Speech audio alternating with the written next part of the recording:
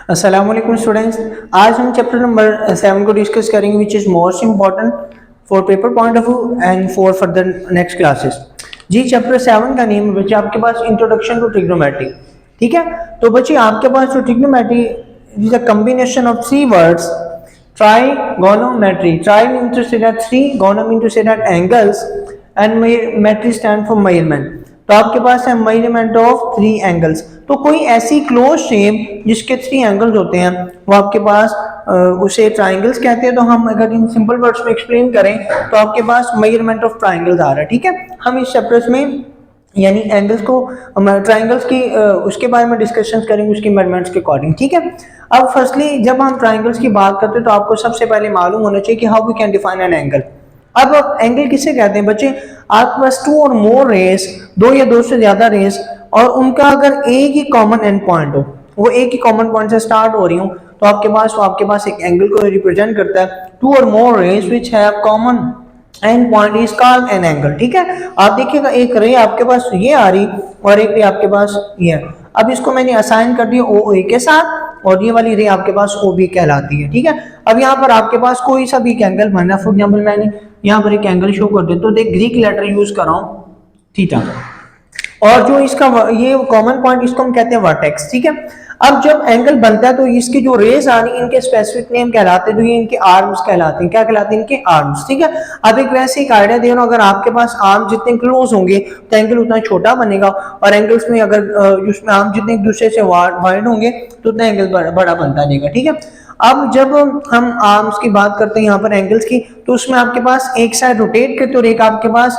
अपनी stable position में रहती है, वो अपनी स्टैंडर्ड पोजीशन में होती है। ठीक है, और हम उसको मैक्सिमम एक्स एक्सिस फॉर्म में ले लेते हैं।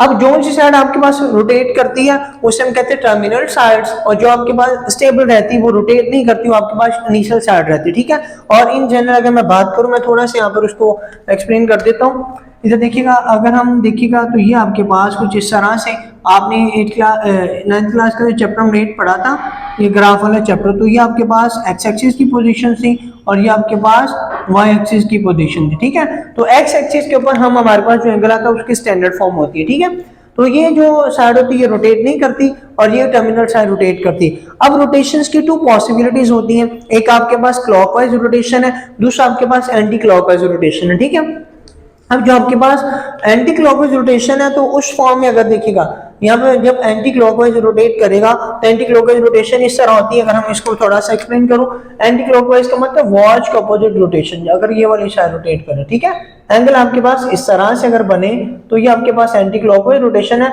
और इस कंडीशंस के अंदर एंगल आपके पास पॉजिटिव बनेगा हमेशा। ठीक है, तो यहाँ पर बच्चे मैं आपके सामने डिस्कस कर रहा था कि एंगल की पॉसिबिलिटी क्या होती है, एंगल यानी नेगेटिव का बनता है और एंगल पॉजिटिव का बनता है। अब बेसिकली देखा जाए तो एंगल तो आपके पास एक डिस्टेंस आता है, सर्कुलर डिस्टेंस, और डिस्टेंस तो कभी भी नेगेटिव नहीं होता। ठीक है, अब this is question how we can say that it is positive और sometime it will be negative. अब उसकी रोटेशंस की वजह से, क्योंकि ऑपोजिट रोटेशंस की वजह से एंगल नेगेटिव बनता है या तो एंगल पॉजिटिव बनता है। ठीक है, तो जब आपके पास ये एंगल बनता है एंटी क्लॉकवाइज डायरेक्शन में, तो ये आपके पास इसके टर्मिनल साइड्स अबव दी इनिशियल साइड से रोटेट करती है और इस कंडीशन में आपके पास एंगल पॉजिटिव आता है। लेकिन अगर यही आपके पास एंगल क्लॉकवाइज फॉर्म में रोटेट करेगा तो आपके पास एंगल बनेगा नेगेटिव एंगल बन जाएगा। ठीक है, अब देखिएगा एंगल्स के टाइप्स। बेसिकली एंगल्स को जहां पर डिस्कस किया जाता है एक प्रॉपर सिस्टम्स है, एक सिस्टम्स के अंदर किया जाता है। अब अगर हमारे पास पहले मैं एंगल्स को डिस्कस करता हूँ, एंगल आपके पास आ रहे हैं उसकी टू टाइप्स हम डिस्कस करते हैं, एक आपके पास डिग्री और एक आपके पास आता है radian. How we can define an degree?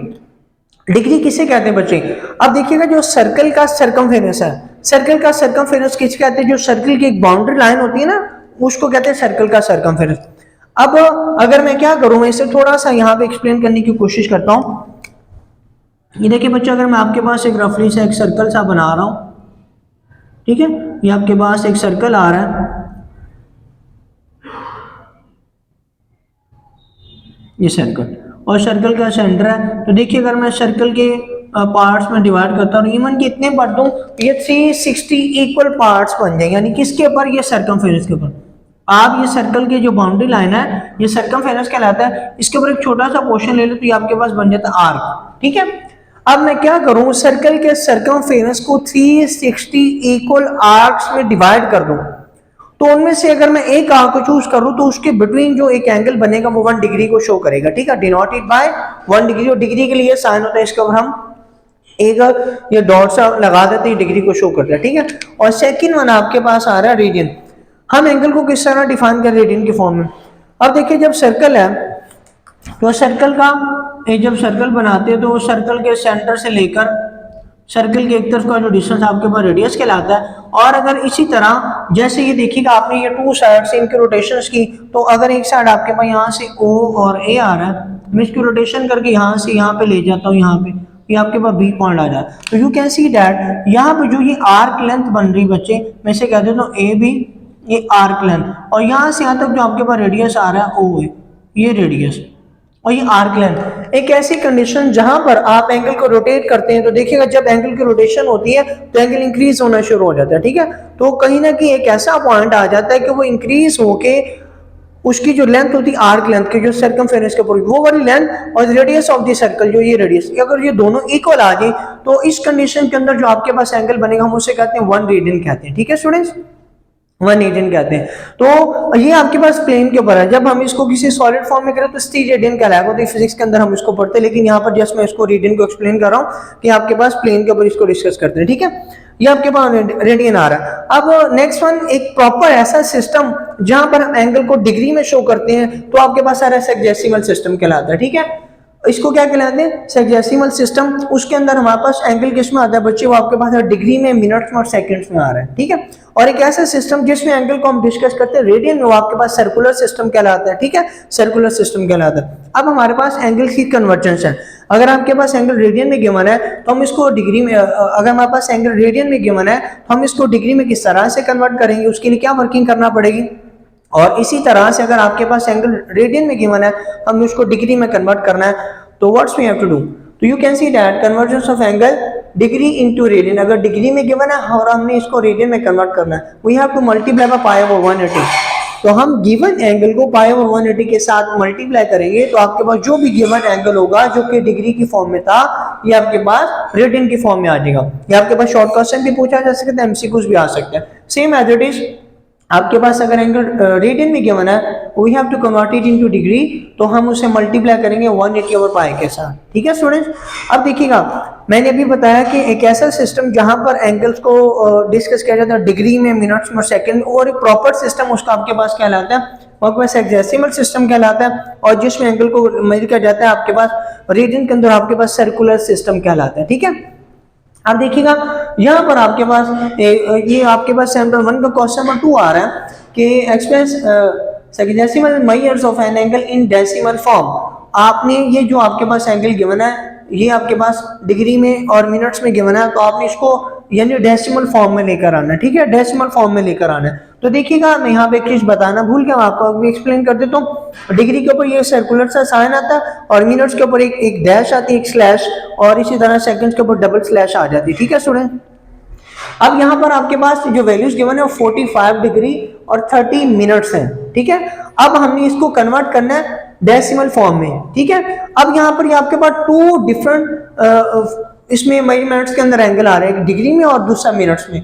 अब हम इसको डेसिमल में कन्वर्ट करते हैं, तो कोई भी चीज अगर हम उसे किसी और फॉर्म में लेकर जाना चाहते हैं तो हम पहले उसे सेम बनाते हैं, ठीक है। आप कहेंगे सर किस तरह से, ये देखिएगा अगर आपके पास डिग्री में है तो ये मिनट्स में है, तो ये अभी डायरेक्ट डेसिमल फॉर्म में कन्वर्ट नहीं होगा। First we have to convert this one into degree. या तो हम क्या करेंगे, या तो डिग्री को मिनट्स बनाएंगे या तो हम मिनट्स को डिग्री में कन्वर्ट करेंगे, क्योंकि सेम वैल्यूज आ जाएंगी। इसी तरह फिर हम उसको फर्दर सॉल्व करेंगे, ठीक है स्टूडेंट्स। अब देखिएगा आपने फिजिक्स के अंदर पढ़ा है अगर आपके पास एक बड़ा यूनिट है, बड़े यूनिट से हम छोटे यूनिट में मूव करते हैं तो हम उसके ऐसे स्टैंडर्ड वैल्यूज के साथ हम मल्टीप्लाई करते हैं। यू कैन सी यहाँ पर बच्चे एक चीज एक्सप्लेन करना मैं भूल गया कि आपके पास जो 1 डिग्री होता है वो इज इक्वल टू आपके पास होता है 60 मिनट्स के इक्वल, और you know very well 1 minute is equal to 60 seconds. और देखिएगा ये रूल है, अगर ये आपके मान में रहेगा तो you can solve every kind of question like this one. Degree से मिनट्स में जाना, डिग्री आपके पास एक ग्रेटर यूनिट है, मिनट आपके पास एक स्मॉल यूनिट है, और मिनट से फर्दर एक स्मॉल यूनिट आ रहा है आपके पास आ रहा है सेकंड्स। तो बड़े यूनिट से छोटे यूनिट में मूव करने के लिए हम इसको 60 के साथ मल्टीप्लाई करेंगे, ठीक है। और इसी तरह मिनट से सेकंड में मूव करना है तो हम इसको फर्दर दोबारा 60 से मल्टीप्लाई करेंगे।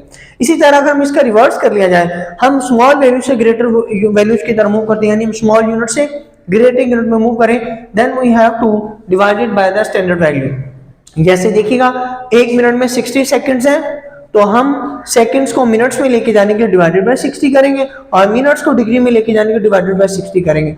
अब यहाँ पर जो क्वेश्चन आ रहा है वहां पर आपके पास डिग्री भी है और मिनट्स भी है, तो डिग्री और मिनट्स आ रहे हैं तो हम क्या करेंगे, पहले इसको सेम यूनिट बनाएंगे, तो डिग्री है। अभी हमने डिस्कस किया कि मिनट से डिग्री में जाने के लिए डिवाइडेड बाय क्या करेंगे 60, तो यू कैन सी दैट ये आपके पास मिनट है, मैं इसे डिग्री में लेकर आ रहा हूं, तो मैंने पहले इसको क्या कर दिया 60 के साथ डिवाइड कर दिया और ये प्लस की फॉर्म में वैल्यूज आ गई ऐड, क्योंकि ये सेम वैल्यूज तभी ऐड हो सकती है जब सेम यूनिट में आ जाएगी। यहाँ पे प्लस का sign, when 30 divided by 60 is equal to 0.5, 1/2 होता है और इसको 0.5 लिख सकते हैं। अब यू कैन सी दैट ये 45 डिग्री प्लस 0.5 डिग्री आ रहा है, तो आप इन जब को ऐड करेंगे तो 45.5 डिग्री आ जाएगा, ठीक है। अब क्वेश्चन के स्टेटमेंट पे आए तो ये आपके पास जो sexagesimal measures of angle into decimal form. अब सेक्सडेसिमल सिस्टम्स के अंदर जो एंगल आपको गिवन था, आप पहले उसे सेम एक वैल्यूज में लेकर आएंगे, ये डिग्री और मिनट्स में था, आप उसे डिग्री में लेकर आए, देन आपने उसको कन्वर्ट किया डेसिमल फॉर्म में, ठीक है। ये आपके पास एक इंपॉर्टेंट क्वेश्चन हो चुका है बोर्ड के अंदर, ये शॉर्ट क्वेश्चन यानी इस टाइप्स के शॉर्ट क्वेश्चन आ सकते हैं, ठीक है। फर्दर हम इसके आगे क्वेश्चन को डिस्कस करते हैं। जी स्टूडेंट्स, आपने अभी जो प्रीवियस टॉपिक पढ़ा उसमें ये था हमारे पास कि हमारे पास एक सर्कल सेक्टर आ रहा था, सेक्टर्स को डिस्कस किया था। तो सेक्टर किस तरह से बनता है कि सर्कल के 2 रेडियस और उसकी आर्क लेंथ और उसके अंदर जो इंटरनल एंगल बनता है, उस तरह से आपके पास सेक्टर ऑफ द एंगल बनता था L is equal to r theta, ठीक है। तो अब बच्चे देखिएगा ये क्या कह रहा है, आपने area of the sector find out करना है, यानी जो क्वेश्चन आ रहा है आपके पास ये फाइंड आउट करना है। ये आपके पास ये सारा इंटरनल पार्ट, ये आपके पास एरिया ऑफ द सेक्टर और हमने ये फाइंड आउट करनी है, हमने कैलकुलेट करना है। तो आपने एक फॉर्मूला याद रखना बेटे, एरिया ऑफ द सेक्टर का फॉर्मूला था 1/2 r square theta. r square theta r2 time आ रहा है, इस तरह हम उसको, ये जो आपके पास ये सर्कल का रेडियस है ये r है, तो ये भी आपके पास r और यहाँ पर r हमें गिवन है, ठीक है। तो 1/2 r स्क्वायर थीटा। अब देखिएगा हम जब सर्कल का सेक्टर का एंगल फाइंड आउट करते हैं, angle of the sector of the circle, जब हम उसका एरिया फाइंड आउट करते हैं, तो बेटे एरिया फाइंड आउट करने के लिए हमारे पास ये फॉर्मूला हमारे पास ये गिवन, हमें मालूम है 1/2 r स्क्वायर थीटा, और हमें यहाँ r भी गिवन होगा और हमें एंगल भी गिवन होगा।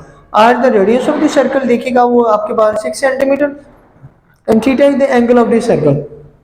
अब जब हमने इसका एरिया फाइंड आउट करना है, तो अगर आपके पास एंगल डिग्री में गिवन है तो आप इसे रेडियन में कन्वर्ट करेंगे। किस में कन्वर्ट करेंगे? रेडियन में। तो देखिएगा आपके पास डिग्री में था, आपने प्रीवियस पढ़ा था सैंपल 1 के अंदर, जब आप इस एंगल को कन्वर्ट करेंगे रेडियन में, ये डिग्री में गिवन है, तो आप इसको पाई बाय 180 से मल्टीप्लाई करें विच बिकम्स पाई बाय 3। अब आप यहाँ पे ये जो एंगल की वैल्यू और ये आपके पास रेडियस की वैल्यू, आप इसको इस फॉर्मूला में सब्स्टिट्यूट कर दें, you can see that 1/2 r square की जगह आ जाएगा 6 सेंटीमीटर, और यहाँ पे बच्चे आपके पास थीटा जो एंगल आ रहा है वो आपके पास आ रहा है पाई बाय 3। 6 का स्क्वायर 36 होता है, और ये as it is you can see 136 से मल्टीप्लाई 36 और पाई मल्टीप्लाई हो रहा है 2 और 3 आगे ये डिनोमिनेटर्स में मल्टीप्लाई हो रहा है, 6 आ रहा है, 6 6 36। अब 6 सेंटीमीटर स्क्वायर और मल्टीप्लाई पर पाई की वैल्यू आपके पास जो होती है कैलकुलेटर पे, आप उसको शिफ्ट और वहाँ पे नीचे जाके एक्सपोनेंट्स का बटन प्रेस करेंगे तो आपके पास ये पाई की वैल्यू आ जाएगी। तो वो उसे मल्टीप्लाई करें तो आएगा 18.5 सेंटीमीटर स्क्वायर, क्योंकि एरिया आ रहा है तो इसीलिए इसका यूनिट है सेंटीमीटर, एरिया स्क्वायर होता है इसका, ठीक है। ये आंसर आगे आपके पास बच्चे ट्रिग्नोमेट्रिक रेशियोज आती हैं, ठीक है, ट्रिग्नोमेट्रिक रेशियोज।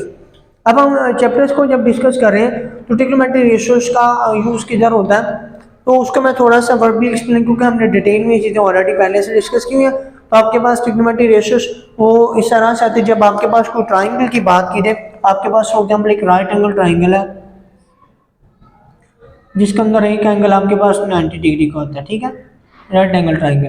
तो आपके पास जो स्ट्रेस यहाँ पर मैं इसे असाइन कर दूँ, आपके पास ट्राइंगल आ जाते ए, ये बी और ये सी। तो यहाँ पर एक यहाँ पे जो एंगल बना है 90 डिग्री का एंगल, और इसके अलावा हमने एक एंगल थीटा गिवन है। तो ये जो साइड आपके पास होगी जिसके ऊपर 90 के अलावा भी और एंगल भी बना है, ये आपके पास कहलाती है बेस, और ये वाली साइड आपके पास परपेंडिकुलर है, और ये वाली आपके पास कहलाती है हाइपोटेन्यूस, ठीक है। हाइपोटेन्यूस की पहचान क्या होती है कि 90 की ऑपोजिट साइड पे जो होती है वो आपके पास हाइपोटेन्यूस होगी, 90 की ऑपोजिट साइड पे जो साइड है वो आपके पास हाइपोटेन्यूस होती है। हाइपोटेन्यूस ये दोनों साइड से लेंथ में ग्रेटर होती है, ठीक है। अब ये ट्राइंगल की साइड्स को ट्रिग्नोमेट्रिक रेशियोज के साथ किस तरह हम रिलेट करते हैं, तो ट्रिग्नोमेट्रिक रेशियोज क्या आती है बच्चे, तो आपके पास there are 6 trigonometric function, sine, cos, tan, secant, cosecant and cot. तो 6 ट्रिग्नोमेट्रिक फंक्शन है, उनमें से देखिएगा sine, cos, tan, cosecant, secant and cot. तो सी इसमें से ट्रिग्नोमेट्रिक फंक्शन, सी इसके इनवर्स है, ठीक है। यहाँ पे देखिएगा रेसिप्रोकल आइडेंटिटीज भी मैंने बताए कि साइन है तो साइन का रेसिप्रोकल कोसिकेंट है, और इस तरह कोसिकेंट का साइन होता है, ठीक है। Sine is equal 1 over cosecant and cosecant is equal 1 over sine. Cos का 1 ओवर सीकेंट और secant is equal 1 over cos, और टेन का 1 ओवर कॉट एंड कॉट का 1 इज इक्वल 1 ओवर टेन। ये आपके पास आ रहा है, ठीक है। अब इसी से हमारे पास ये ट्रिग्नोमेट्रिक रेशियो जो इनकी साइड्स को, ट्रायंगल्स की साइड्स को यूज करके हम डिस्कस करेंगे। तो साइन थीटा आपके पास होता है perpendicular over hypotenuse, perpendicular over hypotenuse, ठीक है। और साइन का क्योंकि रेसिप्रोकल क्या होता है, रेसिप्रोकल का मतलब उसको रिवर्स कर दिया जाए तो ये देखिएगा ये हाइपोटेनस से परपेंडिकुलर आ गया। तो अगर आप साइन याद कर लेंगे तो उसका कोसिकेंट और रेसिप्रोकल अगर आपको ये याद होगा तो ये वाली रेशियो ऑटोमेटिकली आप इसको मान लोगे, आप इसको लिख सकते हैं, ठीक है। Sine equal perpendicular over hypotenuse and cosecant equal hypotenuse over perpendicular, ठीक है। इसी तरह कॉस जो आपके पास ट्रिग्नोमेट्रिक एक आपके पास फंक्शन आ रहा है, cos equal base over hypotenuse, तो उसका रेसिप्रोकल होता है secant which is equal to hypotenuse over base, ठीक है। इसी तरह tan थीटा आपके पास होता है परपेंडिकुलर ओवर बेस, और उसका जो रेसिप्रोकल होता है वो कॉट होता है, तो इसी तरह उसको रेसिप्रोकेट कर देंगे तो आ जाएगा बेस ओवर परपेंडिकुलर, ठीक है। ये और ये आपने बच्चों याद करना है। इसका फर्दर आपके पास जब हम एक्सरसाइज 5.4 को स्टार्ट करेंगे तो वहां पर भी इसका यूज है, और 5.3 के अंदर 5.3 के अंदर भी इसका यूज है, जो आप बच्चों को वहां पे क्वेश्चंस के लिए आपके हेल्पफुल होगा, ठीक है। अब देखिए बच्चे, जो आपके पास ये आपके पास क्या कहते हैं, हमने ये ट्रिग्नोमेट्रिक रेशियोज को क्वाड्रेंट्स के अंदर शो करना है। अब क्वाड्रेंट्स क्या आपने 9th क्लास के अंदर चैप्टर नंबर 8 पढ़ा है बेटे, ग्राफ्स वाला चैप्टर, ठीक है। तो ग्राफ वाला चैप्टर अगर देखा जाए तो आप अगर आपके पास एक सर्कल आ जाता है बेटे, सर्कल, तो सर्कल का एक कंप्लीट एंगल होता है 360 डिग्री। और मैं यहाँ पे थोड़ा सा इसको रफली एक्सप्लेन कर देता हूँ। देखिए एक सर्कल आ रहा है, एक सर्कल को 2 इक्वल पार्ट्स में डिवाइड कर तो आ जाता है 180, और 180 को फर्दर 2 पार्ट्स में डिवाइड कर तो आपके पास हो जाता है आपके पास फर्दर इसको डिवाइड किया तो ये आपके पास आ जाएगा 90 90, ठीक है। तो ये क्वाड्रेंट्स आ रहे हैं। क्वाड्रेंट्स का मतलब होता है, इसका मतलब निकले क्वार्टर से, क्वार्टर का मतलब होता है फोर्थ पार्ट, ठीक है। तो आपने एक सर्कल को फोर्थ पार्ट में डिवाइड किया तो आपको मालूम है अगर एक सर्कल का एंगल 360 डिग्री आ रहा है, आप इसको 4 इक्वल पार्ट्स में डिवाइड करें तो आपके पास एक पोर्शन का एंगल 90 डिग्री होगा, ठीक है, 90 होगा। तो इसका मतलब यहाँ पे जो एंगल की पॉसिबिलिटी है अगर वो आपके पास 0 से स्टार्ट होगी, यहाँ पर 90 तक आ रहा है, ठीक है। मैं इसको एक्स एक्सिस वाई एक्सिस के साथ इसको शो कर दे, लेकिन यहाँ पे मैं इससे शो आउट कर देता हूँ कि ये कहाँ से कहाँ आना है, ठीक, 0 से लेके यहाँ पे 90 और फिर फर्दर आगे 90 ऐड कर तो आपके पास 180 डिग्री, और इसी तरह 90 ऐड करें तो 270 और फर्दर आपके पास 360। तो 1 कंप्लीट रेवोल्यूशन के लिए इसका एंगल आपके पास 360 डिग्री आ जाता है, ठीक है। अब ये ट्रिग्नोमेट्रिक रेशियोज जो हमने पढ़ी है, ये ट्रिग्नोमेट्रिक रेशियोज इनका क्या है, इनके साथ यूज है।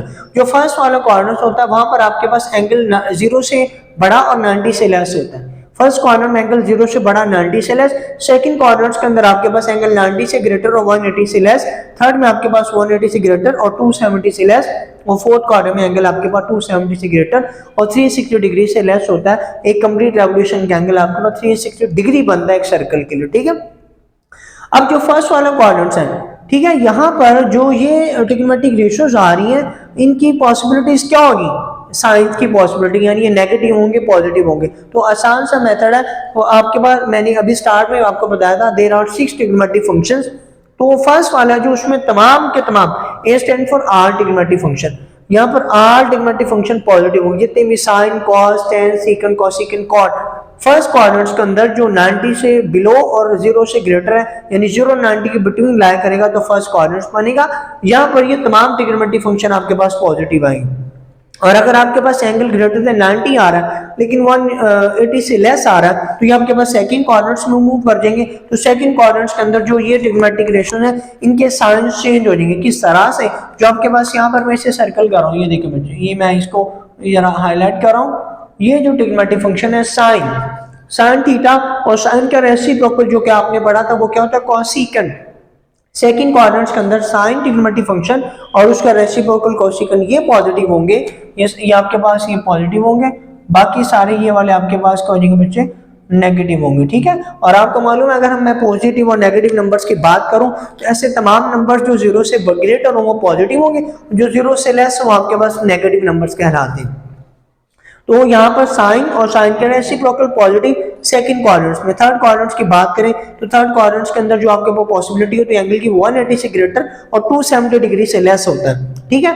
तो यहाँ पर आपके पास जो ट्रिग्नोमेट्रिक फंक्शन आ रहा है वो tan और उसका रेसिप्रोकल है cot, ये आपके पास पॉजिटिव होंगे और बाकी सारे आपके पास क्या होंगे, नेगेटिव। बाकी जो रिमेनिंग 4 ट्रिग्नोमेट्रिक फंक्शन है sine, cosecant, cos and secant, ये नेगेटिव होंगे और ये आपके पास क्या हो जाएंगे, ये पॉजिटिव है। अब इसी तरह फोर्थ क्वाड्रेंट की बात कीजिए तो यहाँ पर साइन कॉस और कॉस का रेसिप्रोकल जो कि आपके पास है सेकंड, ये आपके पास पॉजिटिव होंगे और बाकी सारे आपके पास क्या होंगे बच्चे, नेगेटिव कहलाएंगे। इसी तरह यहाँ पे भी ये नेगेटिव होंगे, ठीक है। अब sir how we can remember it, तो उसके लिए आसान सा वे है, आप उसको एक सिंपल लेटर से डिनोट कर लें।